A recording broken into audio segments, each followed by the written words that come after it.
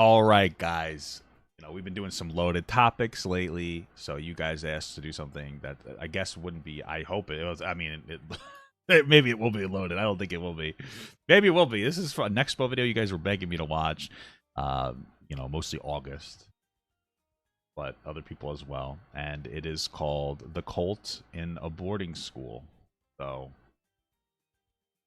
maybe that will be a loaded title. Let's see what we got going.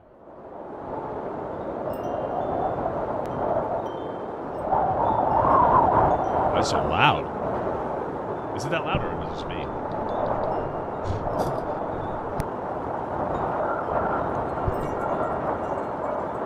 It's a little unsettling. Okay. Thursday. Yeah. Well, no, it's Monday, but...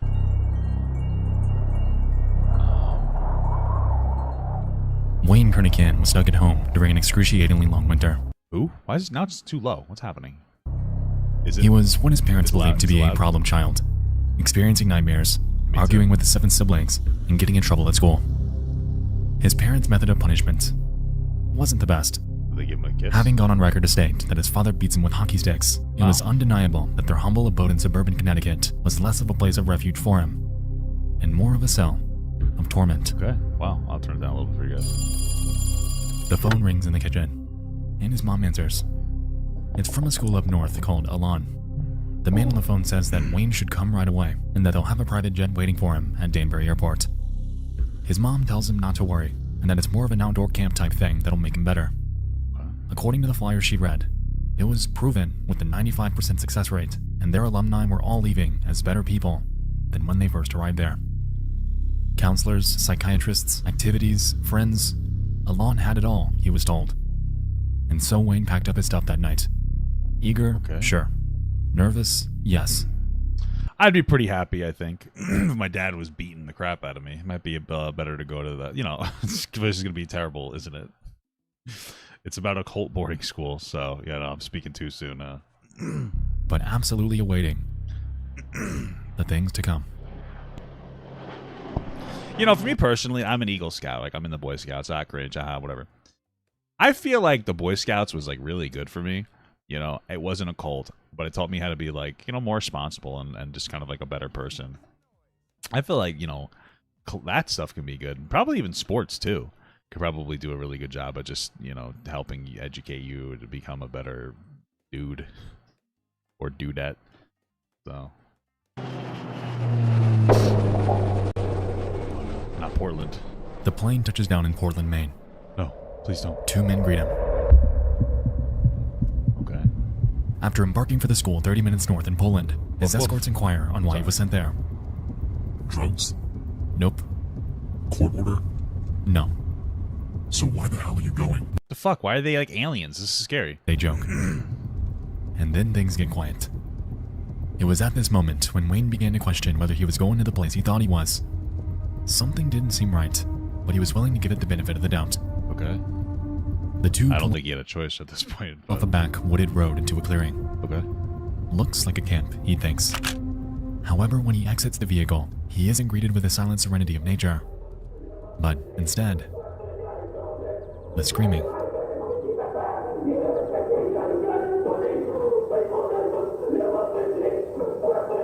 Bro, why'd you have to send me something scary, dude? Come on. I thought we were gonna have fun. This is so horrifying already. It also is, Michael, let me out, Michael. You remember that meme? It's funny. I know I'm funny.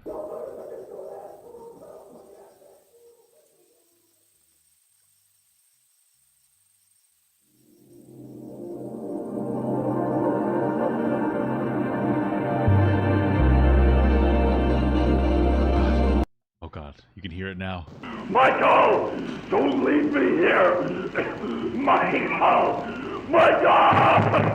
Help me! I'm so scared.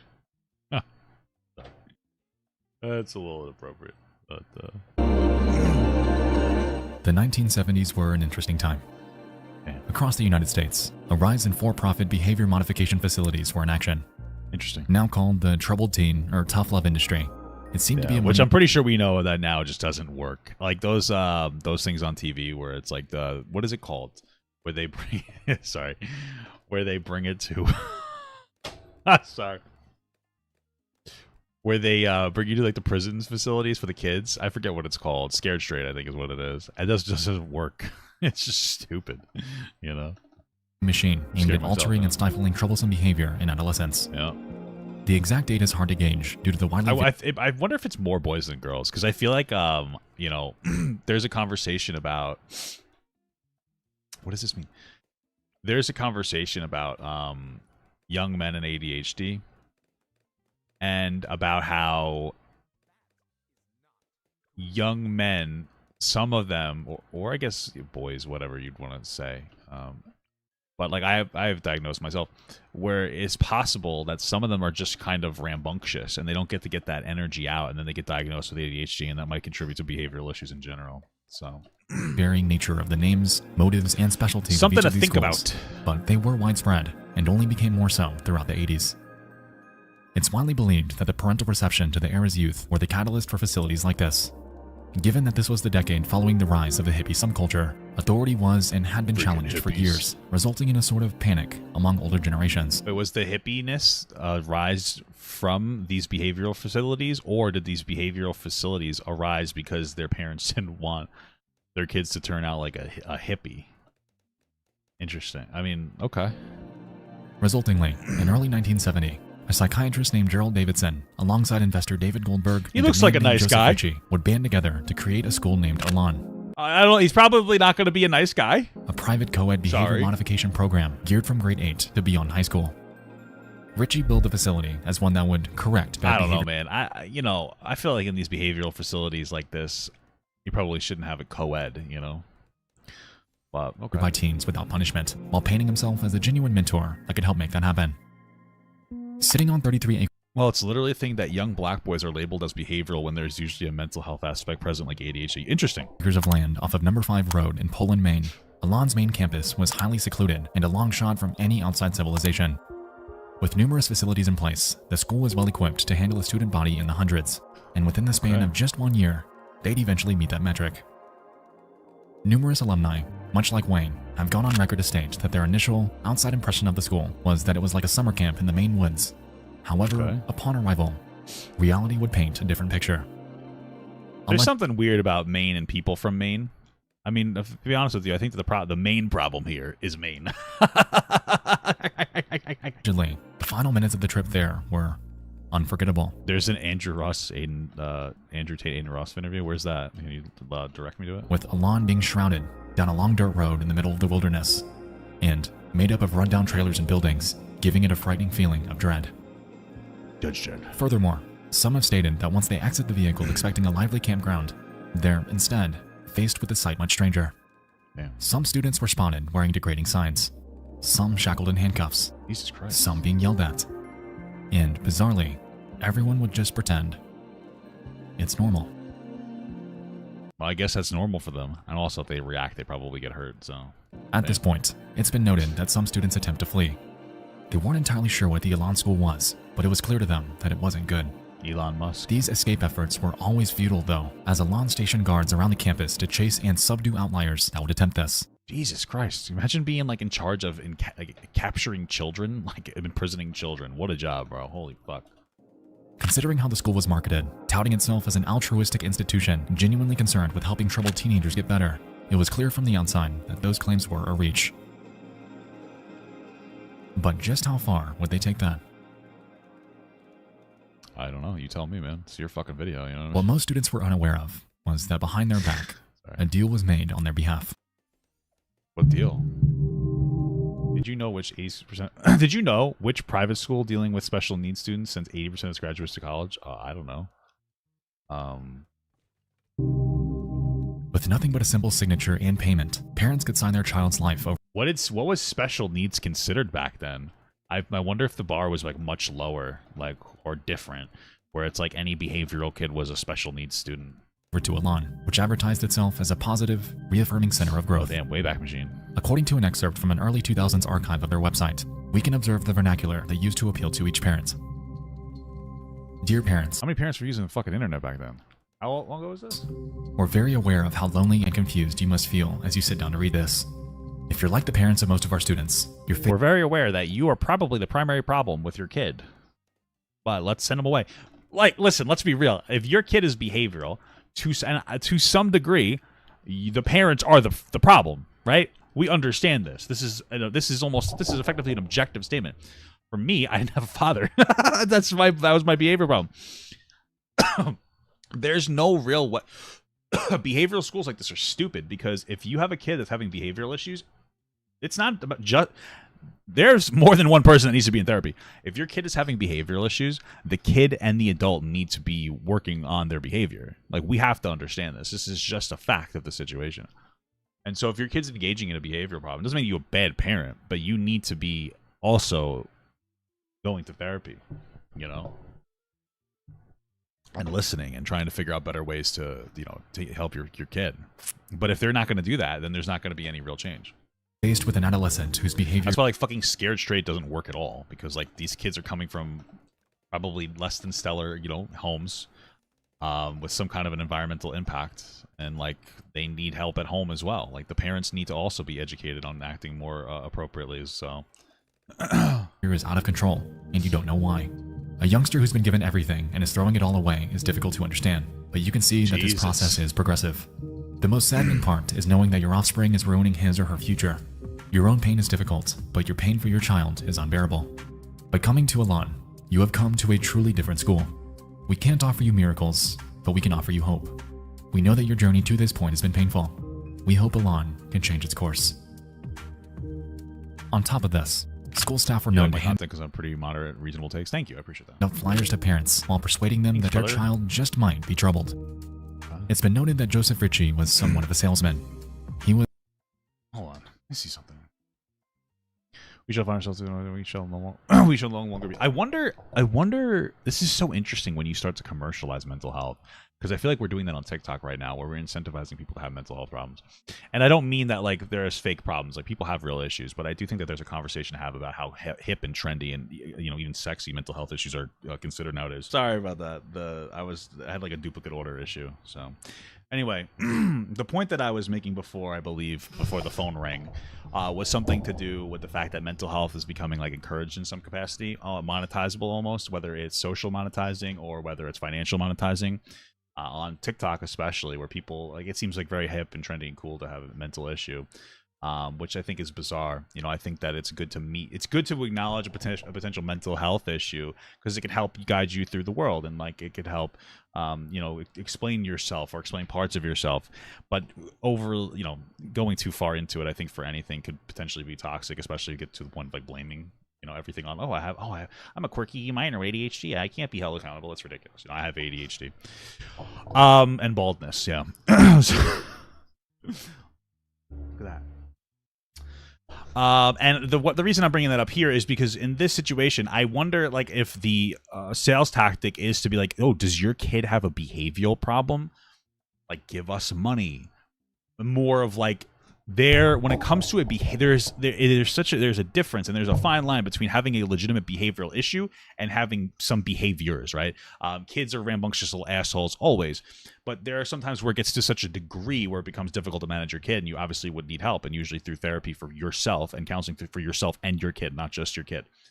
And so I wonder if these for-profit centers are like, hey, does your kid a little hard to handle? Fucking give them to us. And they're like, you know, imagine those parents that are just kind of like shitty parents, like, yeah, fuck it, my kid is being rude, fuck that, you know what I mean? They're gonna send my kid away. And that's the point that I was trying to get at. Sorry. Just might be troubled. It's been noted that Joseph Ritchie was somewhat of a salesman. He was charismatic and excelled at convincing parents of all the good that Elan could do for their kids. The good that, as we'll soon find, was all a lie. Damn. I'd like to let it be known that Wayne's Elan admission story was on the lighter side. For most of the other students, things were handled a bit more violently. Yes. Instead of a plane, school alumni have gone on record to state that the good thing is that, like, I was a behavioral kid, but by the time I was like 14, I was like 6 foot tall, 6 foot plus. And so if they ever put me in a behavioral school, I'd be able to fight back. I was a big fucking kid, bro. I was 6'4" by, I think, 16. I might have even been 6'4" by 18 years old. So, you know, imagine them trying to hold me back. I ain't fucking around. Boom, boom, boom, boom, boom. that they were transported by van. Reportedly, once your parents agreed to send you off to Elan and pay the $50,000 tuition fee, they designated time and date with Elan's so-called teen escort service. They wouldn't pick you up during the day, though. Instead, in the middle of the night when you're fast asleep, they would bust through your door and kidnap you. In years past, Elan... What the fuck? Wait, what? Night when you're fast... They wouldn't pick you up during the day, though. Instead, in the middle of the night when you're fast asleep, they would bust through your door and kidnap you. That didn't raise any alarms to people? That, like, they're gonna... what the fuck is this? Is this like a nighttime Disney... It's like a... like a Disney taxi service. When I was a kid and I went to Disney with my mommy, what we would do was, like, at the middle of the night, like, they would come pick us up and I would sleep until then. My mom would wake us up and put us in the car. That's what's the productive value from that? That's just like punishment. That just says to me, like, oh, we want to punish the kid in some capacity by doing this. That's all it says to me. We want to punish them, so we're going to make them wake up in the middle of the night and hurt them. That's all. There's nothing productive about that. That's ridiculous. It's insane. In years past, Elan staff have stated that since the child has no say in attending, their capture hinges on the element of surprise. Why? According to a blog named Suzuki's... That's bullshit. Get the fuck out of here. They're trying to make it seem like they have to steal him. And also, element of surprise, which I think is really dumb in the first place, is different from doing it in the middle of the night while they're sleeping. That's not just element of surprise. Like, that's meant to be really upsetting. Thoughts. The abduction process involves 2 men breaking into the teen's bedroom, physically subduing them, tying them up with plastic handcuffs, throwing them into a van, and then driving them to Poland, Maine, where they'd be handed over to the Elan school. Such experiences often traumatize the teens who were abducted. Yeah, For all they absolutely. knew at first, they were being taken by criminals to be held ransom, tortured, or worse, killed. Yes, that makes absolute sense. That's insane. What the fuck? That's going to, like, to mortify the kids, too. Like, they're going to think that their parents aren't there to help. Like, oh, dude, there's no way that they don't have, like, a long-standing trauma after this, and they never trust their parents again. That's fucking psychotic. That's just insane. Holy fuck. For the girls, it was even more terrifying. Some girls later recalled that they believed that they were going to be Jesus. and murdered by their abductors. Jesus One Christ. certainly can't blame the kids for thinking this way. No, of Such course practices had all the hallmarks of a violent kidnapping. Yeah, for sure. This practice became notorious around the United States, eventually earning its nickname, the Elan Snatch. If this were any indication, it was clear that morality wasn't the school's strong suit. But that That's ultimately fucking begs the true. question, would it stop there? Or was their torment only just beginning? I mean, if it starts there, there's no way it goes any... There's no way that it doesn't get exponentially worse.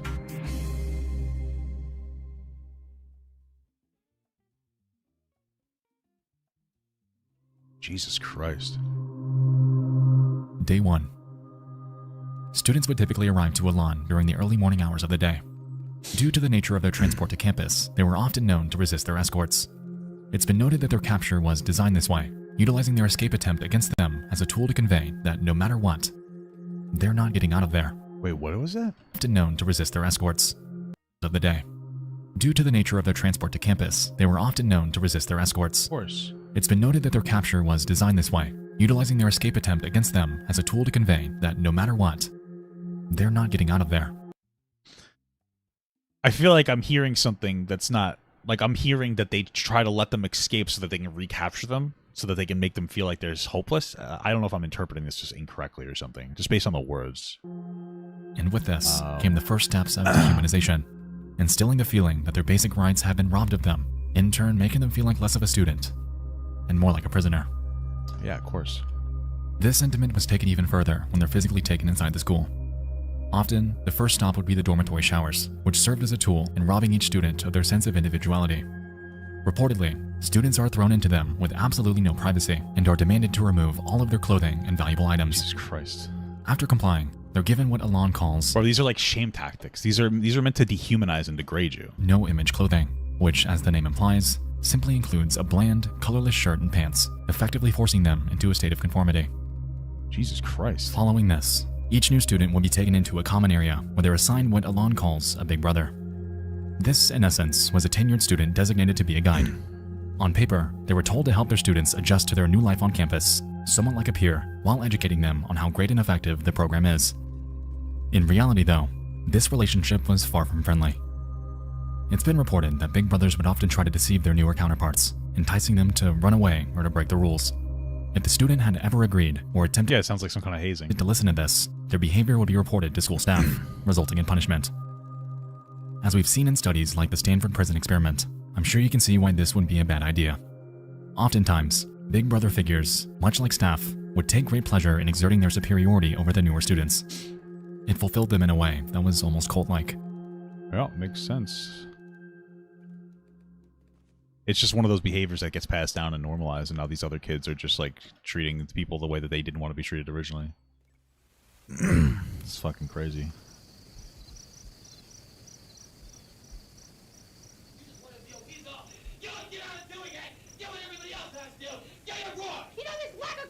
Is this like real? You know this crap! You know this will not be tolerated! You never done a thing about getting a grip on it, man. You never use responsibility. You never cleaned the bathroom this morning, man. Yeah, you should remember next time. Youngers is off the wall. Young gets you clean out the showers too. You every one of them uses the showers. You're just being irresponsible. If you want to act like a baby, you get screamed at. If you want to act as more like a mature adolescent, you get talked to. Oh, wow. Okay. That's... What the fuck? Speaking of cults, the social hierarchy at Elan is structured in a way that heavily resembles one. At the school, students are immediately placed into two categories: strengths, which were tenured, obedient students that were a few steps up the totem pole, and non-strengths, the newer ones who typically resisted treatment. Strengths were allowed to talk to fellow strengths and non-strengths. Non-strengths, on the other hand, were only permitted to communicate with strengths. If a non-strength were caught communicating with a non-strength, harsh punishment would soon greet them. They had a fucking caste system? Jesus Christ, what the fuck? The Elan school, as we've established, thrives on the feeling of hopelessness. Throughout students' tenures there, they were forbidden to contact anyone from the outside world unless they've earned the privilege through good behavior and compliance. Every single phone line from campus would run through a single switchboard located in this small trailer, and it was heavily guarded because of that. If a student were to gain the privilege of contacting their family, it's been reported that they're heavily monitored, only of permitted course, to that praise makes the school sense. for all the good it's done to help them during their time there. If they ever were to be caught telling the truth or revealing the atrocities that occur behind the scenes, they were quickly disconnected, reprimanded, and robbed of any future potential to use the phone lines ever again. That's crazy. I mean, if my kid expressed they were being abused there, I'd be like, okay, I'm gonna come get you. Then again, these parents obviously, the 70s were a wild time. That's all I gotta say. Holy fuck. Like, we really are so lucky to be born at this time because Jesus Christ. Imagine being a behavioral kid, probably because your parents are fucking dickheads. Like, their dad beats the fuck out of you. And so, as a punishment, they put you in a facility that is hyper abusive. It makes perfect sense. Doi, right? On top of the phone manipulation, every Elan resident was required to write what the school calls a guilt letter, which, as you might expect, is an explanation of how great the Elan school is for them, all the great activities they do there, and how well they're progressing through the program. This way they can send them to the parents, and the parents will go, wow, everything's going so well. These letters would be heavily scrutinized before being mailed out to their parents. Effectively, this tactic's goal was I do feel a little bad for the parents, too, because I doubt that they want their kids to be put into an abusive situation. Even the ones that are beating their kids, because unfortunately, again, that was like more acceptable back then. But Jesus, twofold: to allow Elan's facade to remain in place, and to entice their parents to spend more money on their treatment, in turn keeping them there even longer than they had ever planned to. just In reality, just on like the fundamentals, aspects like this don't necessarily work. Like even drug rehab can be very difficult. Because even if drug rehab is like really successful, when you get out of that rehab, you go back to your old environment. A lot of times it's those environmental things that make you do drugs. You might have your friends probably do drugs. You might not have had a job and you turn to drugs. You might be in some kind of like a mentally frustrating situation, which would make you self-medicate. And so those aren't like abusive programs, fundamentally at least. I haven't really heard of any like abusive drug facilities or detox facilities. But even those, they have a problem with when you go back into the real world. It can be very frustrating. And we even see this with some military members who go into the military and they basically get to some extent dehumanized, and they're taught to be a number instead of a name. And then they get back out, and sometimes people have problems like readjusting back to society, right? So even on its face value, this would never work. It's really interesting how morbidly unintelligent we were back then when it comes to mental health. Students were helpless, being abused, and, in most cases, verbally tortured at the pleasure of the Elan school staff. It was clear to students that they weren't getting away from this anytime soon, and after realizing this, their minds would often pivot away from rebellion and towards compliance in hopes of powering through the program. Makes sense. This drove most of them to become somewhat brainwashed, ultimately stuck in a system that will do everything it possibly can to make their escape impossible.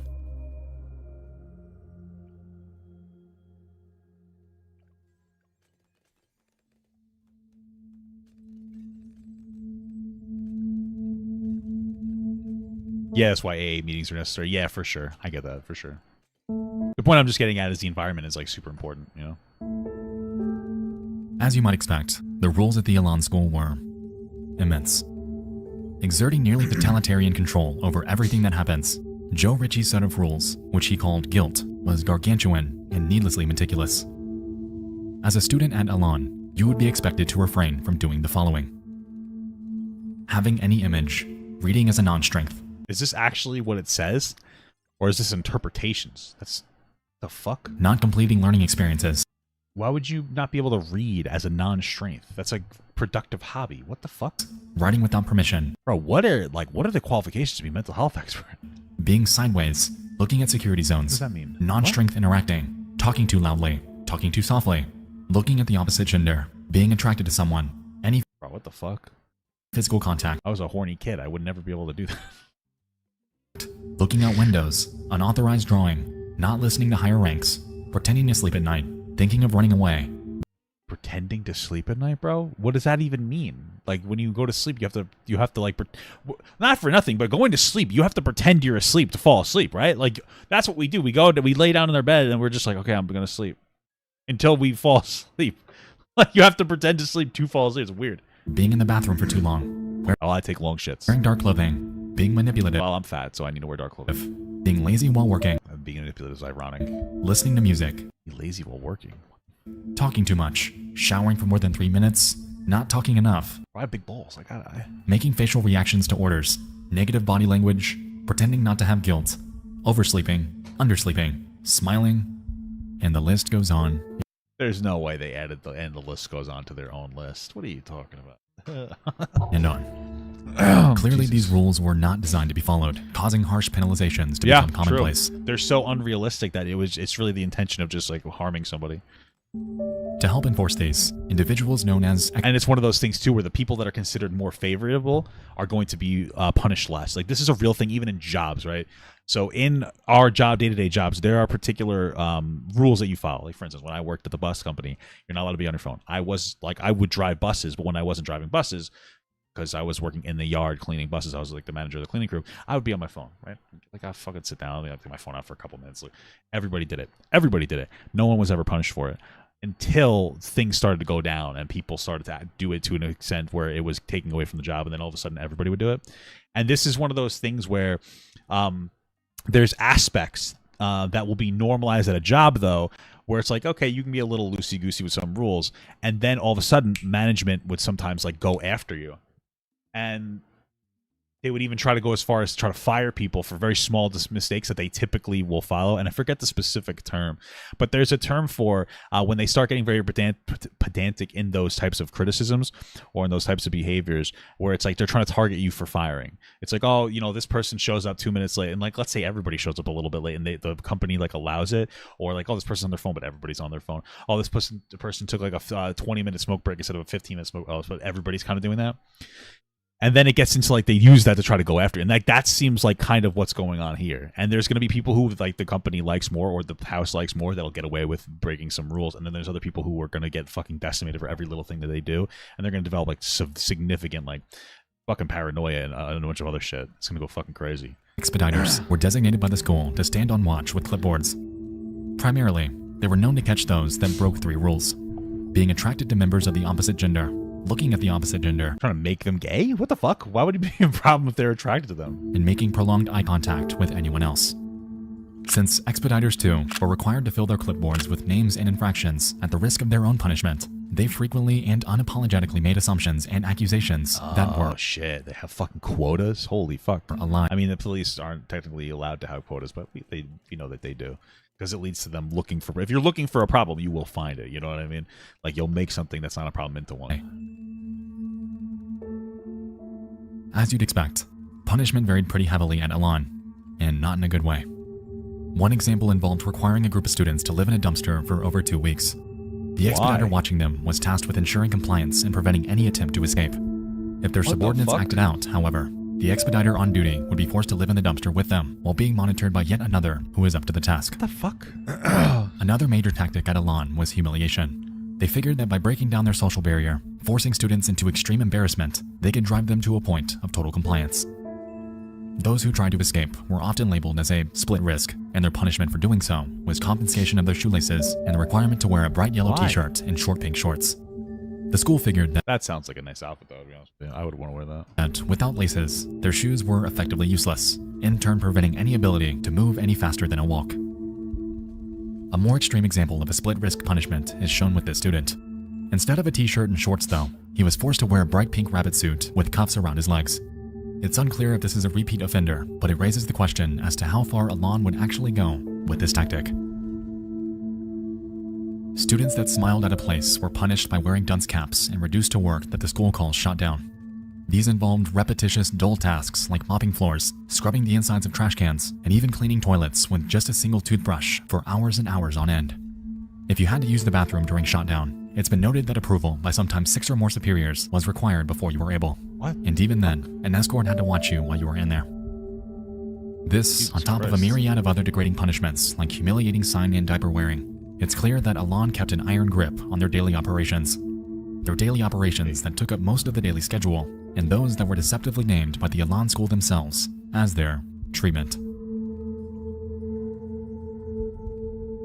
But I will say, all of these punishments are relatively tame compared to what we're about to talk about. Let's just... Fucking how, bro? Holy shit. This is fucking insane already. say, if you pissed off a staff member, they could start something called a general meeting on you. And trust me, you wouldn't want one. There seemed to be... This kind of reminds me of penis inspection day at schools. That shit was so fucking humiliating, bro. I don't even know why they ever did that kind of stuff. It's fucking wild. no standard for them. They would just happen at random multiple times each day. If staff were annoyed or felt like targeting a specific student for some reason, they could call a general meeting at any time. Once these words were uttered, everyone in the building would be required to gather in front of the student in whichever room they were in. "Get your feelings off," the administrator screams. And following this, each student in the room would begin screaming at and berating the students, firing off slurs and obscenities for nearly an hour long. Which slurs? Jesus Christ. No matter how much the student pled for everyone to stop, no matter how much they broke down, no matter how much they cried, general meetings would not end until the admin said so. What the fuck? They would just stand there and like psychologically torture people? What the fuck? Jesus Christ. Oh my God. And when it finally did, the victim would lie there, often crying and exhausted at the relentless abuse that they'd just endured. It's clear that general meetings aren't designed to reprimand. They're designed to completely break each and every student that's the subject of one. Holy fuck. And with this, we can effectively put the points together that Elan was doing nothing more than running an operation that commanded total compliance. Any self-thought or sliver of independence that students thought they had was gone. They were merely reduced to weapons. Weapons that, at a moment's notice, could just as easily be used against them. Oh, sorry. Penis inspection day is not real. People in the chat, I was kidding, man. I was just fucking around. That's not a real thing in school, man. That's fucking wild, though, that you guys believe me. That was crazy. I said that so casually, dude. You guys were fucking ate it up. You guys were like, oh my God, that's real, Papa God. You're a victim. No. I was the one performing penis inspections. No, I'm just kidding. But it's funny.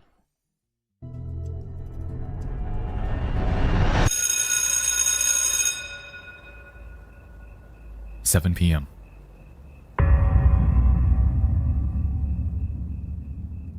Contrary to its focus on academia and outside marketing, school time within Elan was secondhand to the students' treatment. Typically, the time frame for learning was 7 to 11 p.m., but sometimes could run longer. 4 hours or 7 a.m. to 11 p.m.? Those are two different things. As you might expect, there were no extracurriculars, no physical education, no projects, no legitimate exams, nothing. Instead, students were required to grade themselves on work that they were self-assigned with absolutely no direction. What the fuck? The structure of Well, let me guess. If they graded themselves incorrectly, they would be fucking beaten or something. class typically involved a staff member supervising a room full of children.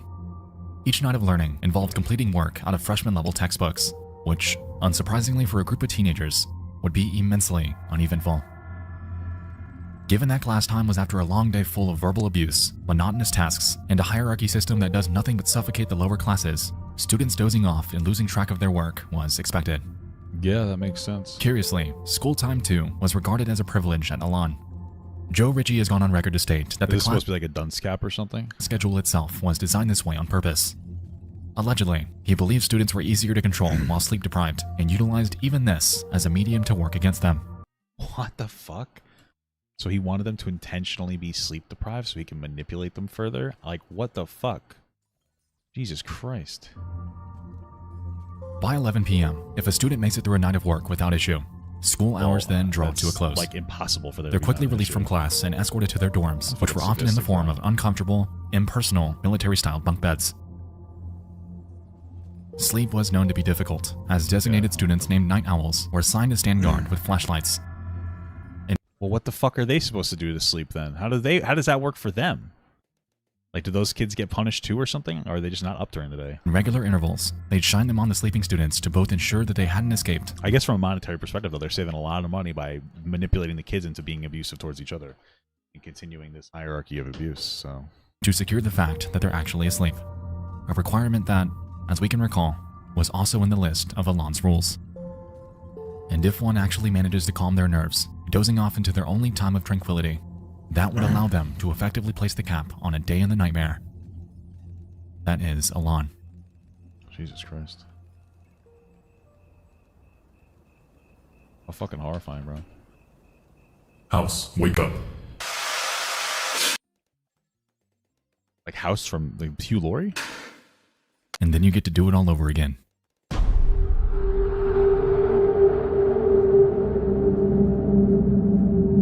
A notorious aspect of Elan, among everything else that happened there, was something called the Ring. Considered the highest level of punishment, Elan staff could make the call to start the Ring at any time. The structure was set up similar to that of a general meeting, and was typically commenced when school staff believed that the punishment wasn't harsh enough for a specific student. In the Ring, a student's designated as a bully and is outfitted with a face guard and gloves. Surrounding them are troves of others that are commanded to scream and yell obscenities at them. While this is taking place, How productive. specific students will be chosen to compete against the bully in numerous fistfights until school staff decided that they were sufficiently injured. Great.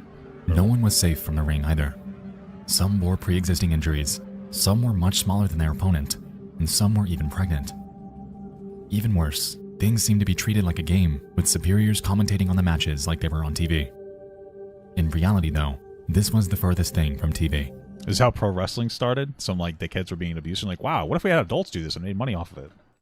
Jesus Christ. This was handcrafted abuse. Elan was meticulous about orchestrating fights for the Ring too.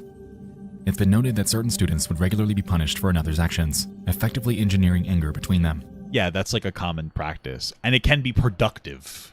Like when you have a group of people and, you know, you want them to act like a unit and so, or act as a team. And so like if one person does something wrong, you might punish everybody. Now that punishment doesn't have to be massively severe. But like in basketball, like or like a school sport, like let's say one person is kind of like being out of pocket or whatever, you know, you might have everybody run a lap. You know, and it's a way to kind of like get everybody on the same page. But this probably wasn't constructive. This was often noticed between big brothers and their subordinates, as they'd be punished for the actions of their newer counterparts.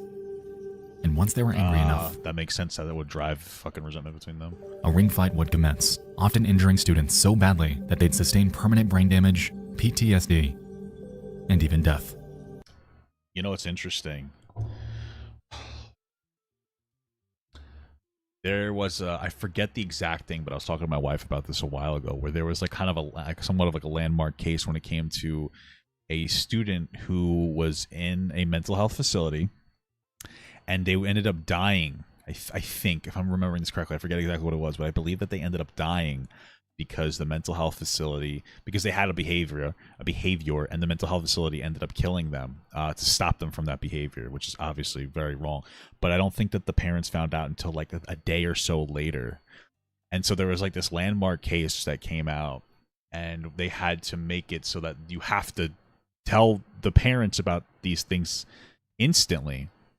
And what I'm getting at here is that if the kid dies there, do they even tell the parents?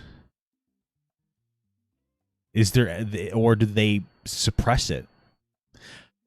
Right? Because if this was before they had to technically report that, I wonder what they would do if a kid died. I wonder if they would be like, oh, he ran away. We don't even know where he went.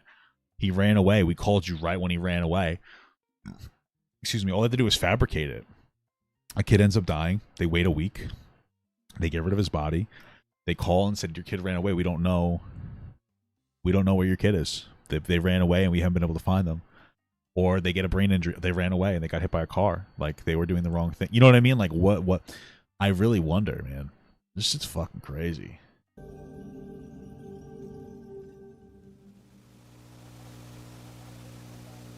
It costs $17,400 to send the average youngster to Elan for 1 year. Jesus. Even at that price, there are judges, social workers, and parents who consider it a bargain. Elan's defenders claim it has the most consistently effective program for salvaging young people who are too difficult for other facilities to handle. So many states want to use Elan that there's a waiting list. But on the other hand, one state agency in Massachusetts will no longer send their youngsters here because they object to the way the children are treated. One reason is the use of physical punishment. Joe, you make no bones about it. There is corporal punishment here at Elan. Tell us about it. What are the stages it comes in? Who's it administered by? Well, it's administered by the kids, first of all. Corporal, it's a harsh term. Okay, what it is we have the ring, okay, which everybody misinterprets. It's not a boxing ring, it's a ring of human people. The bully is introduced as what he is. In this corner is the bully who's trying to turn this facility into a detention center, okay? And in this corner is the house champion who's going to show him why it can't be done. And that's exactly how it does. And we never... What? Even in his framing, that's psychotic. The fact that you have a house champion is just fucking bizarre terminology. What? Never allowed the bully to win. But girls get put in the ring, too. Well, girls bully as well as boys do. I mean, you know, it doesn't... It's, you know, we're a equal rights facility. We also use spanking, which is... Equal lefts, I guess, too, because they're fucking fighting each other. Symbolic.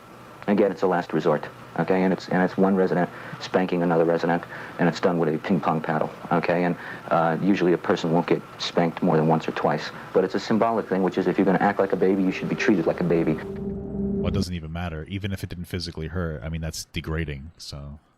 On December 20... Hey, we want these kids to act their age. What should we do? Oh, let's punish them by treating them like they're not their age. What the fuck? That makes so much sense. We want... Okay. 27th, 1982, so much a sense. 15-year-old Elan student named Philip Williams was placed into the ring. He wasn't the largest kid there, but he was known to do what he could to put up a fight. He had grown up in a family of division, regularly witnessing his father physically abuse his mother. With this, there was an anger within him, a sadness that Elan noticed and wanted to exploit. And so, that evening, a ring session commenced with Phil as the bully. There was fight after fight after fight. In the end, it's been reported that he was beaten up so badly that he fell flat on the floor, and it took an entire 20 minutes before an ambulance was called to help him. 20 minutes or so they called the ambulance. They took Phil and they never saw him again. His sister claims, "I thought it was a wonderful place. I thought they were helping my brother. I thought he was coming home. He came home all right. In a box." Jesus. Elan's official response was that he had regularly faked headaches. The cause of death? What? A brain aneurysm. How the fuck do you regularly fake a headache? What? And no charges were ever filed against them. How? That doesn't even make sense. What? They would obviously, if they did an autopsy, they would see like significant problems. Clearly they weren't doing autopsies. I guess that would be the next implication there. But holy fuck, man. Jesus Lord. It's been clear to us from the beginning that Elan is not a place of good. From humiliation to beratement to physical abuse, Elan's tactics were archaic and inhumane. For a school that markets itself on academia, on helping students get their lives back on track, it's crystal clear that this has never been the motive. What I find interesting, though, is that Elan wasn't even the first to utilize this type of therapy, this attack therapy. In fact, it has its roots in a cult that found its footing all the way back in the mid-1950s. Jesus Christ. That cult is one by the name of Synanon. I knew it. It's QAnon, dude. First. County with a warrant to investigate reports of child abuse. In recent years, Synanon began calling itself a religion. He's 52 years old. He's deaf in one ear.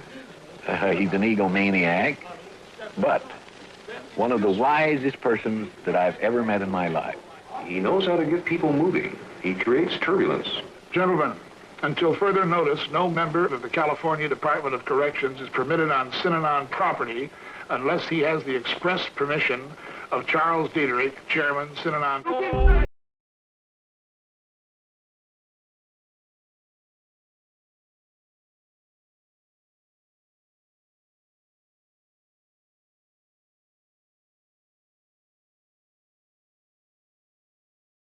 The distinguishing form of therapy employed by Synanon was something called the game, which in today's terms is more commonly known as attack therapy.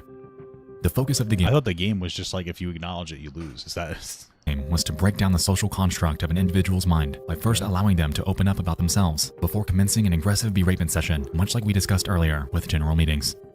The primary goal was to recreate someone's personality and sense of self by completely demolishing everything they know about themselves before rebuilding them as a newer, subjectively better person. It hinged on the brink of legality while being entirely immoral.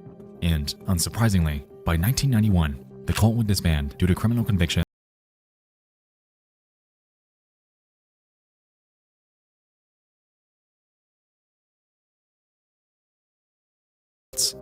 that America has ever seen. Jesus Christ. This is, of course, the abridged history. To be honest with you, I could make an entire hour-long video on the operations and practices of Synanon, but that's a story for another day.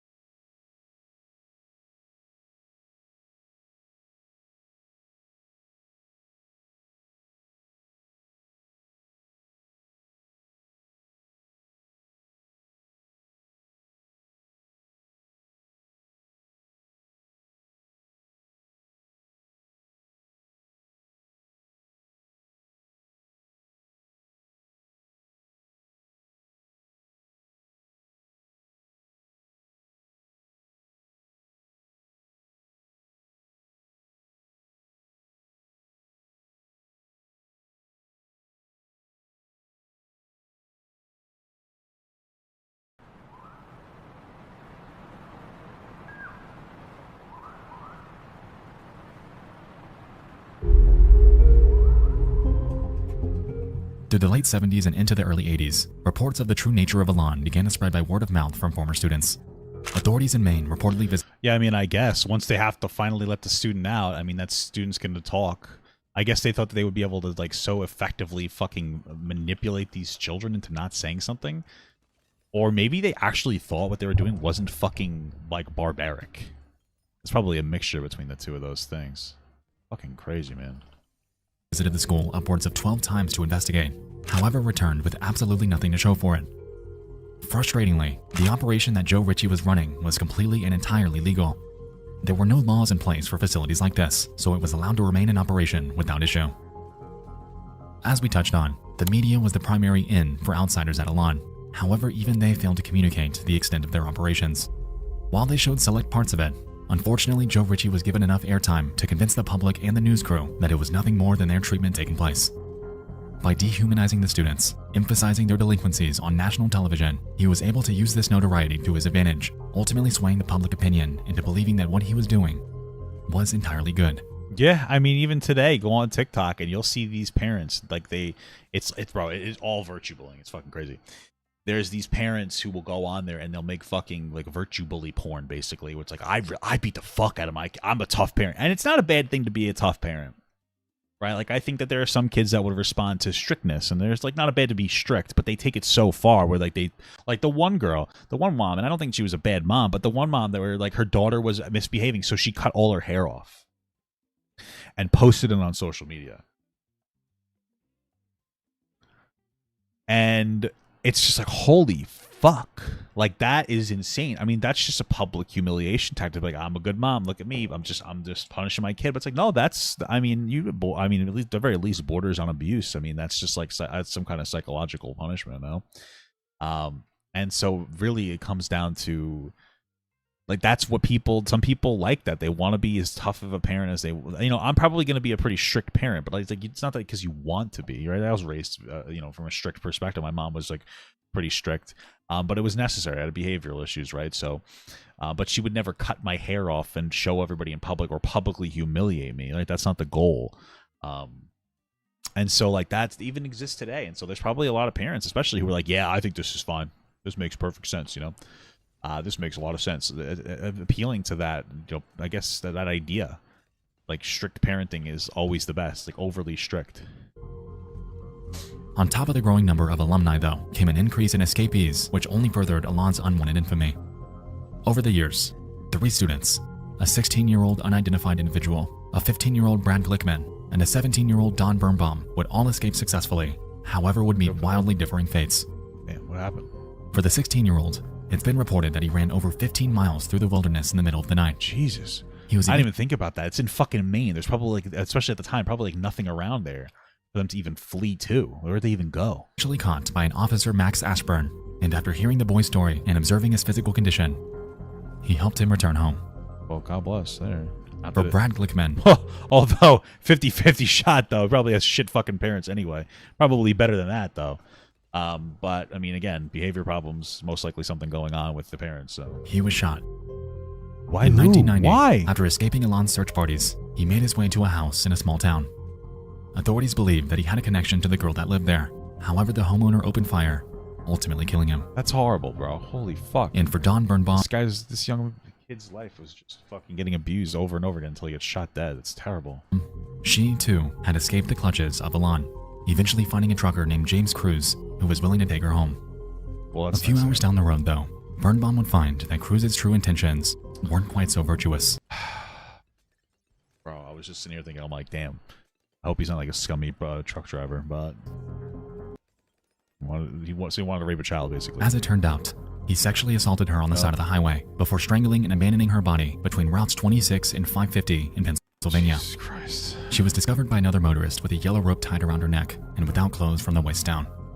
And from her corpse were tire tracks resembling that of a semi-trailer. Jesus Christ. Since Birnbaum had crossed state lines, an FBI investigation was commenced for her, and after cross-checking with numerous similar cases that have happened in the area, the truck belonging to James Cruz was deemed as the culprit. Upon catching up to him and searching his vehicle, authorities were able to find but a single blonde hair that belonged to Birnbaum, effectively leading to his arrest. That's fucking terrible, dude. Much to the school's displeasure, these cases successfully gained ample attention. Joe Ritchie resultingly paid off numerous judges and journalists in hopes of drowning out the negative press. I wouldn't doubt that. However, especially like coroners and shit too, because they don't always do autopsies for when you die. I'm pretty sure that that's true. They don't. I mean, just like I'm pretty sure it's only like I think they like how often they autopsy. So, I think it's 10% of the time. How common? 7 to 9% of the time. Apparently, it was more back in the mid 1960s. Oh, that's hospital deaths. Anyway, either way, I wonder, like, if there were autopsies, if he paid off the person that did them or facilitated those, and if they didn't have them, if he was just like, yeah, don't do an autopsy. Because probably before with that one kid that died of like a brain aneurysm, there's no way that they performed like a legitimate autopsy on that. That's fucking insane. Others were beginning to catch on that these students were running for a reason. Yep. But why? Do you think it was the abuse? Jesus fuck, man. It's fucking horrible.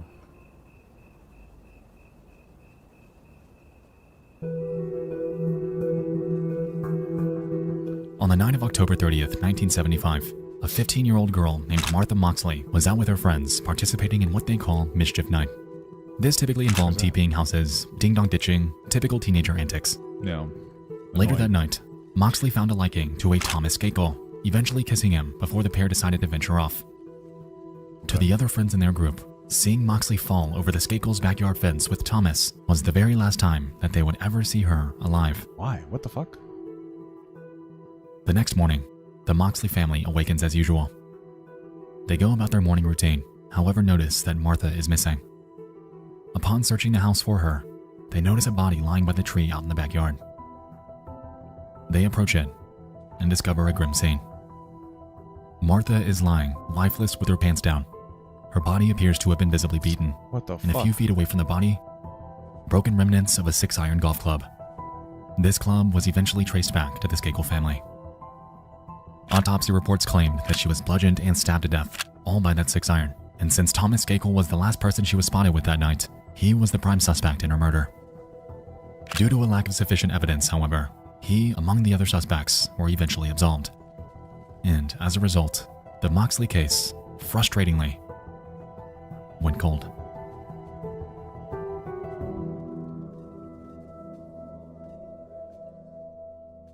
What the fuck? 3 years later. Thomas's 18-year-old brother named Michael Skakel is arrested for drunk driving. His punishment? Admission to Elan.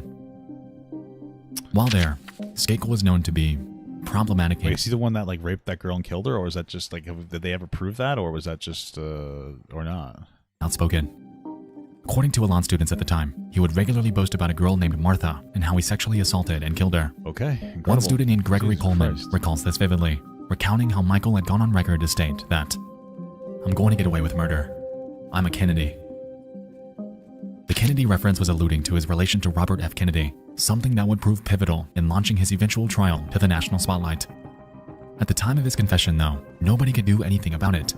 Given the overbearing nature of the rule set at school, any student that tried to tell someone about this was quickly reprimanded. It would take an entire 20... What, is this like the only person that went to this school that actually had a better outcome because of it? Like, what the fuck? Or not even better outcome. I mean, they got protected in some capacity? Jesus fucking Christ. 2 years before Skakel's actions would reach the public eye.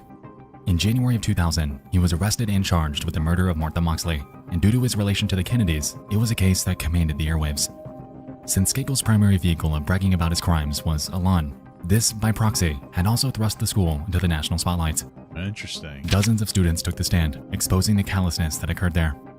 The humiliation, the general meetings, the beatings, the ring, the deaths, all of it was brought into the public eye. Realizing this, Joe Ritchie did everything he possibly could to keep discussion about his operation to a minimum.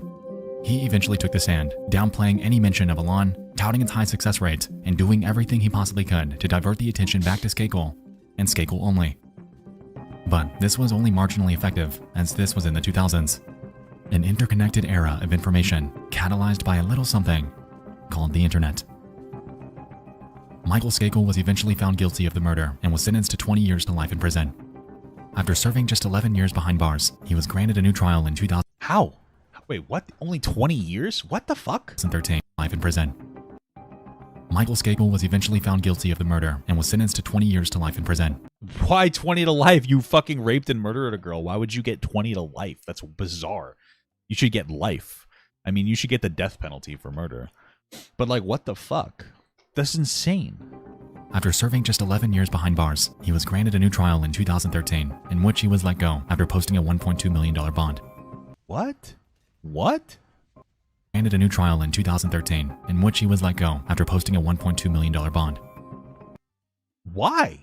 Today, he walks a free man. What the fuck? That's insane. Why? But back then, the cat was out of the bag. What The inhumanities committed at the Elan school were documented in one of the most high-profile cases in decades. And because of this, people began talking, theorizing, and investigating, effectively marking the beginning of the end of Joe Ritchie's iron grip on the hundreds of students that were helpless beneath him.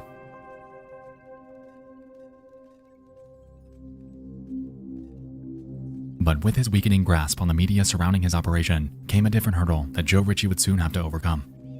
In June of 2000, he was diagnosed with lung cancer caused by his well-known addiction to cigarettes. And just 6 months later, on the 29th of January 2001, Joe Ritchie would pass away in Portland, Maine at 54 years old. As a result, he was one of the people defending the institute? Is that who it was? But with his weakening grasp on the media surrounding his operation came a different hurdle that Joe Ritchie would soon have to overcome. In June of 2000, he was diagnosed with lung cancer caused by his well-known addiction to cigarettes. Oh, good, I guess. Yeah, I mean, fuck him. cigarettes.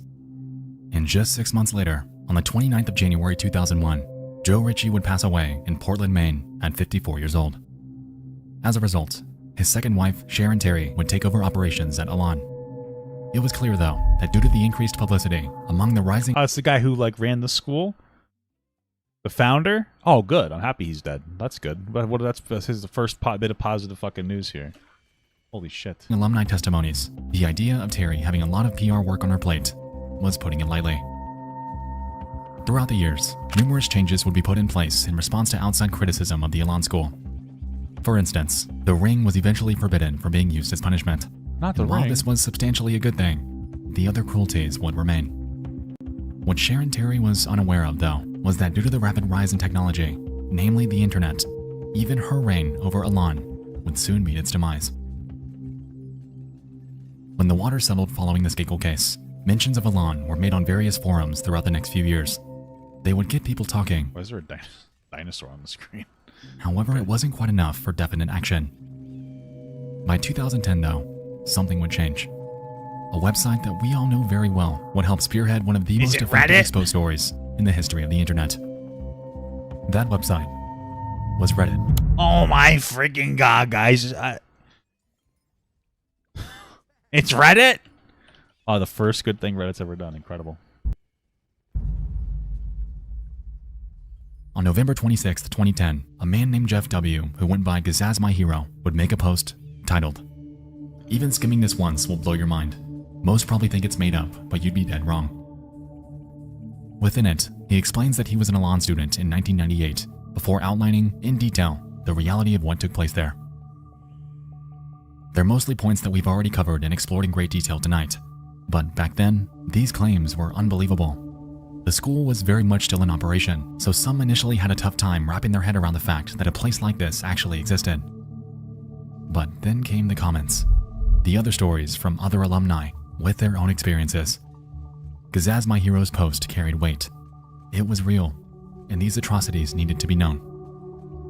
Eventually, this thread would rack up over 2,000 likes and 1.4 thousand comments. While this may not have caused Elan's closure outright, it aggressively reopened old wounds.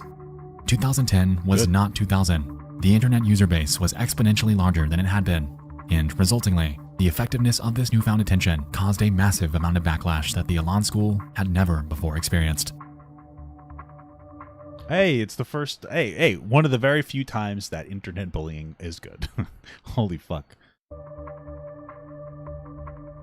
4 months later. On the 23rd of March 2011, the Elan school announced that it would soon be shutting down. Sharon and Terry blamed the call on what they deemed to be libelous remarks made about them online. The school has been the target of harsh and false attacks spread over the internet with the avowed purpose of forcing They are very false, guys. the school to close. The school, unfortunately, has been unable to survive the damage. Yeah, of course. I mean, thankfully, these parents aren't that shitty where they want their kids to be abused. And on the 1st of April 2011, the Elan school would close its doors for one final time. Officially, they blamed it on declining student numbers in hopes of diverting the attention away from the actual cause. But on the outside, everyone knew the real reason. For students, this was unbelievably good news. However, the damage they endured was something that would remain everlasting. Oh, yeah. They need a fucking therapist after that shit. It's been reported that numerous suicides have occurred as a result of attendance at Elan. PTSD with alumni is rampant, and it's clear that the school had done nothing but damage people. A filmmaker and former student named Todd Nilsson, creator of a fantastic Elan documentary named The Last Stop, has gone on record to state that, as a student, he was helped by their unconventional tactics. PJQ super chatted 99 cents. Oh, thank you so much. Last Stop has gone on record to state that, as a student, he was helped by their unconventional tactics, but he knew the majority of others weren't quite so lucky. Interesting. I wonder if that's true. The reason is because I think... Let me see. Let me look this up before I talk about it.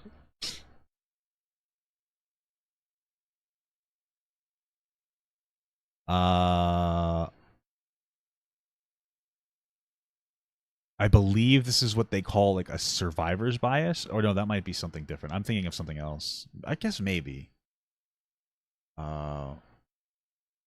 Maybe I could be wrong, completely wrong about. I think I'm completely. Oh, this is like a logical error. I'm thinking of something else. Sorry.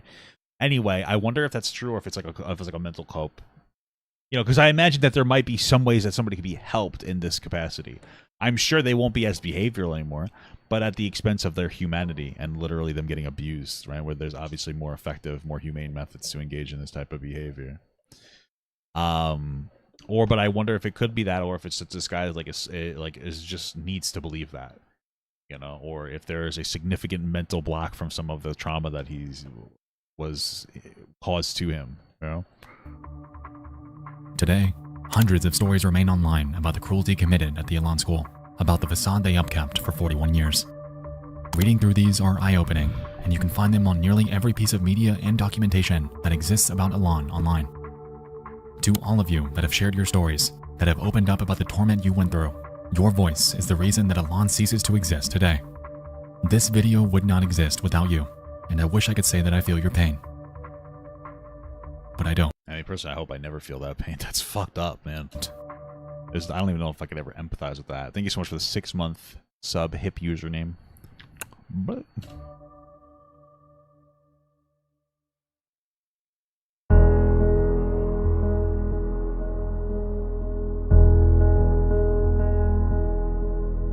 it might not even be that he's convincing himself that he had a good experience. It might just be that he had a mental block or something.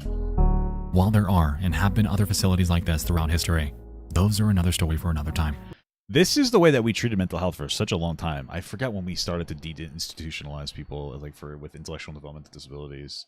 But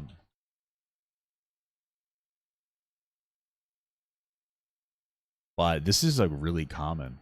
You know, back in the day, they used to have rape, torture, abuse, and neglect people that were in mental health institutions, and you could consider some of this a mental health, at the very least adjacent. But if they're having behavioral problems, then there definitely is a mental health problem there. This is just how we dealt with this shit. You know, people would just be completely fucked. It's insane, man. The legacy that Elan left behind is a dark one. Knowing the true history of what occurred off Number 5 Road is haunting. And no matter if it forever stands physically, the psychological destruction that it left behind will vary, unfortunately, forever. Isn't it weird though? These are kids and they look like adults. It's weird. The style back then made them look so much older. At least to me. Maybe that's just a cultural thing where that's what the young people were wearing back then. Now old people wear that. You know? Psychological destruction that it left behind will vary, unfortunately, forever. Remain.